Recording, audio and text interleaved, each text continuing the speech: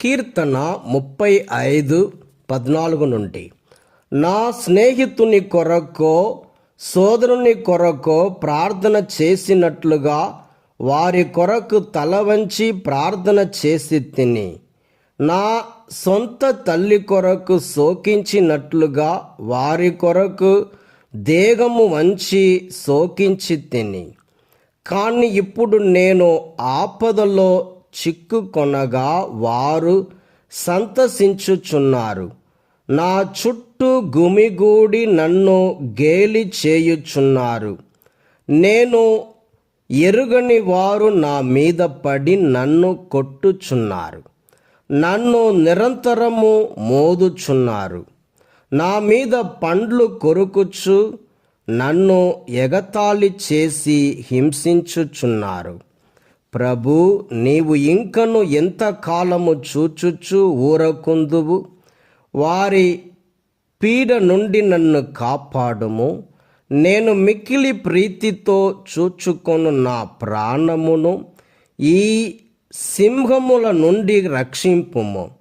అప్పుడు మహాభక్త సమాజమున నేను నిన్ను కొనియాడుదును. ప్రజాబాహుళ్యము ముందు నిన్ను కీర్తింతును.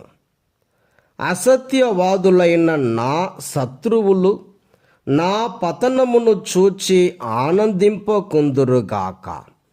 నిష్కారణముగా నన్ను ద్వేషించు నా విరోధులు నా ఆగచాట్లను చూచి కన్ను గీటకుందురుగాక. వారు స్నేహపూర్వముగా మాట్లాడరు.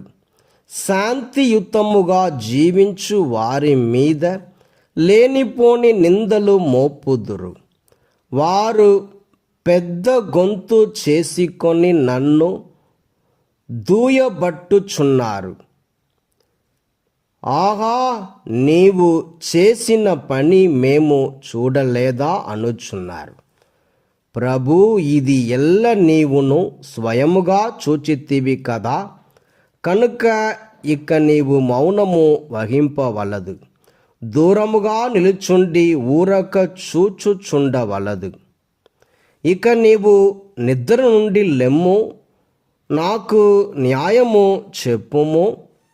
నా దేవుడవైన ప్రభూ, నీవు నా పక్షమున వాదింపుము. ప్రభూ, నీవు న్యాయవంతుడవు కనుక న్యాయము చెప్పుము. నా విరోధులు నా